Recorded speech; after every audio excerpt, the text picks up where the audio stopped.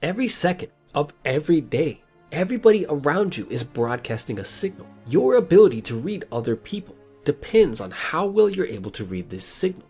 Imagine if you could know what a girl is thinking without her ever saying a single word to you. These abilities might seem like they're straight out of a Marvel movie, but the truth is that with the right knowledge, you can get a glimpse into a person's mind and know what they're really thinking. The frequency that allows you to read people like an open book is called body language, and most people are not consciously aware of their own body language.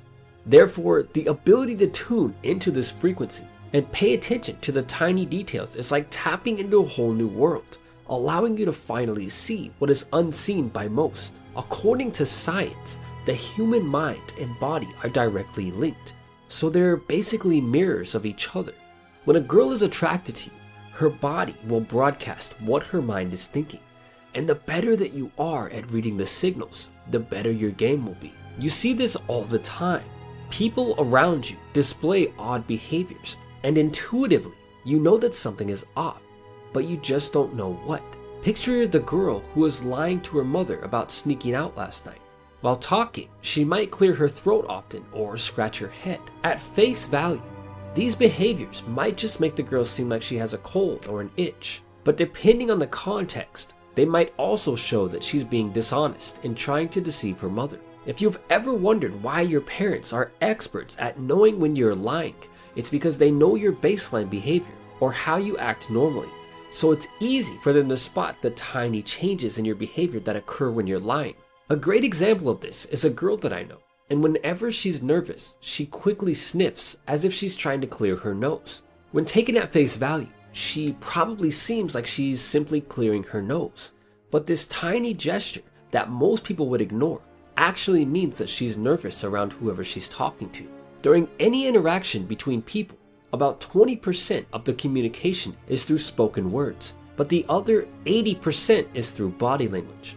A huge part of a person's body language is their voice tone, and you can learn a lot about what is going on inside of their mind just by paying attention to their voice. Imagine this. You walk into the cafeteria at school. You see a group of kids sitting at one of the tables. It might even be your own group of friends. If you want to know who the leader of that group is, look for the person who speaks with the strongest voice. Notice how I said the strongest and not the loudest. When listening to each person's voice, some will be loud, some will be very soft, but one voice will sound and feel stronger than the rest. And this is the leader of the group. This is the easiest way to find the leader of any group, and is also a great way to project confidence and become the leader within your own group. The next time that you're walking through the mall or the store, or even when around friends or family, consciously pay attention to the strength of each person's voice. A strong voice is a good sign that they probably also have a strong personality, and a weak voice is a good sign that they probably have a weak personality. But when reading anyone, always make a conclusion based on several signs instead of only one. They say the eyes are a window into the soul, and while this is true, so is a person's walk. Every day, wherever you are, you see tons of people walking around. With billions of people on the planet, there is no shortage of people to look at. The average person pays more attention to your words than your walk, but a person's walk is what tells the truth. There are some exceptions to this, but in most cases, a strong walk means the person has a strong personality. The next time that you're around lots of people, really pay attention to each person's walking style, and you'll begin to see the tiny details that most people miss. How does this person walk? If they're constantly looking down, avoiding eye contact, or scurrying along with close, aimless steps, this could indicate a weak personality. A person with a strong, confident personality will take wider steps, and when they walk, each step will look meaningful, as if the person has somewhere important to be. A person's walking style, voice tone, and specific body language gestures can all give away what is going on inside of his or her head. But there is yet another way to get a glimpse inside of the mind of anyone around you, and it's with the spoken word. Every day, billions of words are spoken, but very little attention is paid to each individual word. To unlock the minds of everyone around you, pay close attention to some of the key words that most people miss. Like body language, the words that people speak allow little pieces of their personality and thoughts to leak out into the world. Picture the kid in school who says the words "I guess" after every sentence. These words, although missed by most people, reflect a lack of confidence and uncertainty. Some other words that people with a weak personality use often are "I don't know." By paying attention to the words that people speak, you'll find that you can group most people into two categories: those with an active, strong personality, and those with a passive, weak personality. Those with a weak personality will frequently describe things in a passive way, and they'll use words that make them sound as if they are not actually in control of their life, and they'll make it appear as if things are just happening to them. Those with a strong personality will speak directly. Oftentimes, a weak personality will leak out through words and cause the person to always sound like they're verbally beating around the bush instead of speaking directly and concisely. It is important to understand that the human brain is very powerful, and during thought, it only uses verbs and nouns. It is the adjectives and adverbs that really help to tell the story of what's going on inside of their head. Now, before you can effectively read anyone, you should know that childhood experiences are the driving force that shape every adult. The cashier at the local grocery store and the girl in the local bar both live their adult life according to the habits and the behaviors that they learned as children. In other words, the things that we learn and experiences that we have as children shape who we will be for the rest of our life unless we consciously work to change. For example, picture a child who was raised in a way that causes him to become insecure. Because of this, the child might grow up to spend his entire life living with his parents, and if he does finally move out, the fear from the insecurity will show up in other ways and might cause him to fear strangers. Every person develops certain desires and drives as children, and they will go on to spend the rest of their life chasing after these desires. Another example is the youngest child in the family who was showered with attention by his parents. Later on in life, when he moves away from his parents, he will find other ways to regain this attention that he had lost, such as dressing in an attention-seeking way or taking part in activities that get the attention of other people. Think about the child who was bullied in school. Since bullying took all of his power away and made him feel weak during childhood, as an adult, he will most likely act in ways that help him to look powerful and strong. This is the psychology behind many of the bodybuilders who put on so much muscle that they end up looking like mutants. Knowing things that happened to a person during their childhood, especially traumatic things, can allow you to truly understand why people behave in certain ways as an adult. Even something as simple as the person's birth order can explain how they behave as an adult. Now, the four main birth order positions are the oldest child, the youngest, the middle child, and the only child. The oldest child is known to get mad after his younger siblings steal all of the attention from the parents, which can lead to jealousy and even a loss of confidence. The youngest child in a family normally competes for attention with the oldest, and this rivalry can last an entire lifetime. The youngest child is usually a risk taker because, as children, they learn that they can get what they want by taking risks.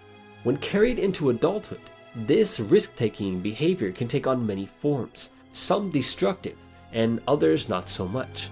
It is no coincidence that most of the extremely ambitious people that you see in the world, such as Jay-Z, were the youngest child in their family.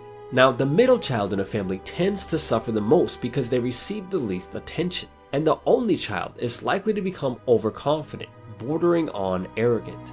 Something to remember about only children is that they're more likely to be sensitive to criticism, and if they were spoiled by their parents, once they become adults, they might look for every possible way to become the center of attention. Everything you like and dislike, including people, places, and things, are all directly linked to your childhood, and by knowing this fact, you can better know yourself, and you'll be much better at reading other people. They say the eyes are the window into the soul, and if you swap out soul for personality, then there's a lot of truth to this statement. A look into a person's eyes can tell you if they have a weak or a strong personality, and they can even tell you if the person likes you. If you approach the girl that you like at work or at school, and her pupils get very large, this is a subconscious signal that she's very excited to see you and might like you. When talking with your friends, watch their pupils dilate and grow very large when you start talking about a topic that they're very interested in. Eye contact easily serves as one of the most important ways to read someone, and when used correctly, You can use eye contact to project confidence and even attraction. The next time you're around people, pay attention to their eyes and where they look. Evading eye contact is a sign of a weak personality, and if you lack confidence, it is one of the favorite ways for girls to read you and find out. One of the best signs to watch for to find out if a person has a strong personality is steady eye contact, which means that the person is not afraid to hold eye contact with other people for an extended period of time. To effectively read anyone, it is useful to understand the most common personality types, and most people can be grouped into the introvert or extrovert category. An extrovert is someone who responds to almost everything around them by taking some sort of action. Extroverts draw energy from the outside world, and each one can be described as a people person. An extrovert is the person at work or school who always seems to be talking, and they usually know everyone around them. The extrovert is a person who is friendly, action-oriented, talkative, sociable, enthusiastic, and outgoing. On the flip side, an extrovert can also be attention-seeking, easily distracted, and they can have a lot of trouble spending time alone. Now, the second type of personality is the introvert, and this person tends to solve problems by looking inward at their own thoughts, perceptions, and feelings. The introvert actually needs time alone to recharge after being around a lot of people, and they tend to have a much smaller social circle.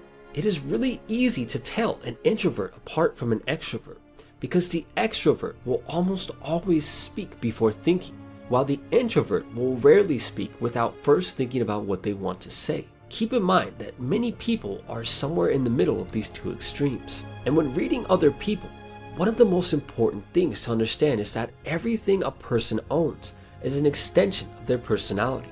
The car that they drive, the clothes they wear, and even down to the color of their smartphone. For example, imagine the guy at the gym who wears all black. Everything that he has on is black, even his headphones. Black is a color used by people to appear dark, evil, or dangerous, and it's also the color that is most commonly used to project power. If you were to go to this man's house, you'd probably find that his bedding, his TV, and most of his wardrobe is also black. So what would cause a person to choose all of these products in black? As a child, this man was either bullied or felt weak, and as an adult, he is subconsciously choosing products that are black and behaving in ways that make him seem dark, evil, and powerful. And since all of this is happening on a subconscious level, he wouldn't even be able to tell you why he's choosing everything he owns in these colors. Another key to reading people is understanding that every person on the planet is always moving away from pain or towards pleasure. These are the two driving forces behind all human behavior. In the case of the guy at the gym, he was moving away from the pain of his childhood, which is when he felt weak, by choosing everything in the color black. Another example is my friend's older sister. Out of 3 children, she was the oldest, so she was used to getting all of the attention until her younger sister and brother were born and took that away from her.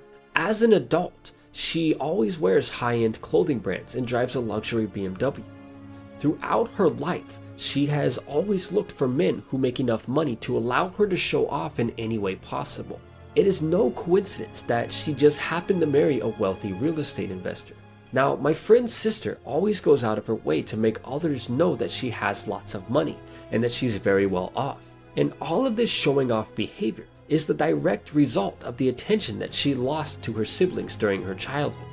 This showing off could also be the result of moving away from the intense pain that she felt from growing up in a poor family and always having to compromise because her parents just didn't have enough money. At the end of the day, tuning into the frequency of body language and basic human psychology will tell you so much more about a person than they could ever reveal to you, because in most cases, they don't even know why they behave the way they do. This subconscious frequency is always there, just waiting for you to tap into it. And the more that you practice tuning in and paying attention to the tiny details that other people miss, the more you will be able to see what is unseen by most. And with that said, until next time, thanks for watching.